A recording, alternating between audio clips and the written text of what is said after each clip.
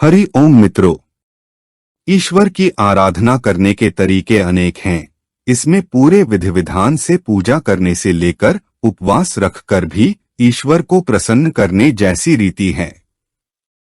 लेकिन इसके अलावा भी एक और अंदाज है भगवान को याद करने तथा उनसे सकारात्मक ऊर्जा प्राप्त करने का।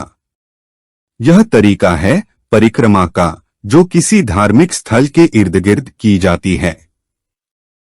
परिक्रमा या संस्कृत में प्रदक्षिणा प्रभु की उपासना करने के लिए की जाती है।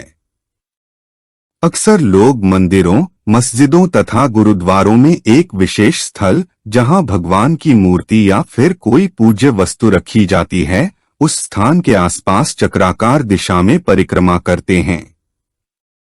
सनातन धर्म के महत्वपूर्ण वैदिक ग्रंथ ऋग्वेद से हमें प्रदक्षिणा के बारे में जानकारी मिलती है। ऋग्वेद के अनुसार प्रदक्षिणा शब्द को दो भागों प्रा और दक्षिणा में विभाजित किया गया है। प्रा से तात्पर्य है आगे बढ़ना और दक्षिणा का अर्थ है दक्षिण की दिशा में। यानी कि ऋग्वेद के अनुसार परिक्रमा का अर्थ है दक्षिण दिशा की ओर बढ़ते हुए देवी देवता की उपासना करना। इस परिक्रमा के दौरान प्रभु हमारे दाईं ओर गर्भगृह में विराजमान होते हैं। लेकिन प्रदक्षिणा को दक्षिण दिशा में ही करने का नियम क्यों बनाया गया है? मान्यता है कि परिक्रमा हमेशा घड़ी की सुई की दिशा में ही की जाती है, तभी हम दक्षिण दिशा की ओर आगे बढ़ते हैं। तो फिर क्या कारण है जो हमें घड़ी की सुई की दिशा में ही चलना चाहिए? हिंदू धर्म की मान्यताओं के आधार पर ईश्वर हमेशा मध्य में उपस्थित होते हैं। यह स्थान प्रभु के केंद्रित रहने का अनुभव प्रदान करता है।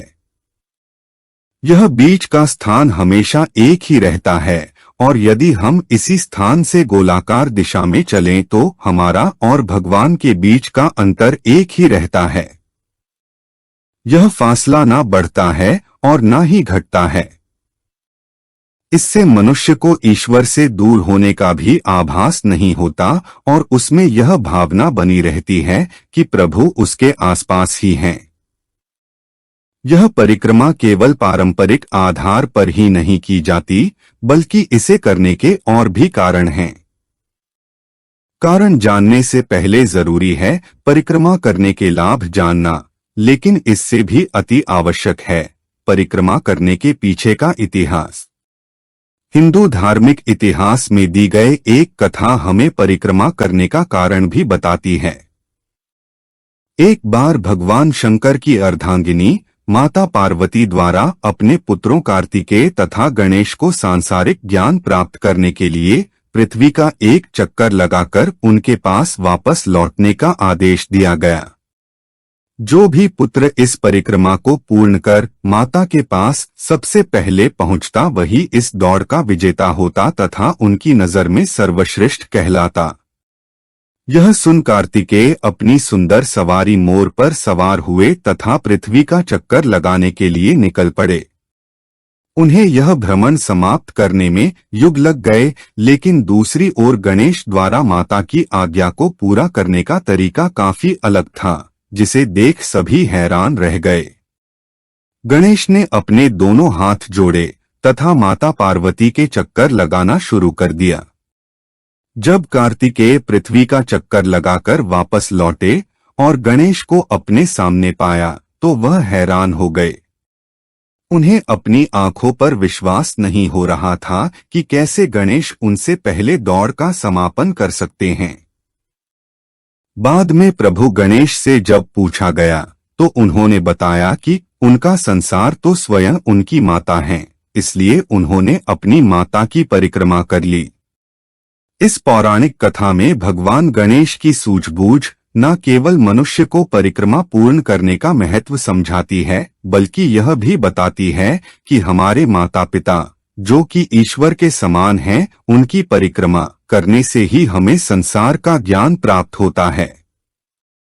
पुराणों में दर्ज माता पार्वती, कार्तिकेय तथा गणेश की इस कथा के बाद ही हिंदू धर्म में परिक्रमा करने की रीति का आरंभ हुआ। तब से लेकर आज तक विभिन्न धार्मिक स्थलों पर परिक्रमा करने का रिवाज है। लेकिन इस प्रदक्षिणा को निपुणता पूर्वक करने के लिए कुछ मूल निर्देश भी स्थापित किए गए हैं, जिनका पालन करना अनिवार्य है। तो क्या है दिशा निर्देश, आइए जानते हैं। किसी विशेष मंदिर में प्रभु की प्रतिमा की पूजा सामग्री के साथ आराधना करने के बाद भक्त वहां से बाहर आ जाता है। इसके बाद मंदिर के आसपास गोलाकार रूप में बनाई जगह का चक्कर लगाया जाता है। ध्यान रहे कि इस रास्ते में सामने की ओर देखते हुए घड़ी की सुई की दिशा में ही चलना होता है। यह परिक्रमा भक्तों द्वारा ध्यानपूर्वक भाव से की जाती है।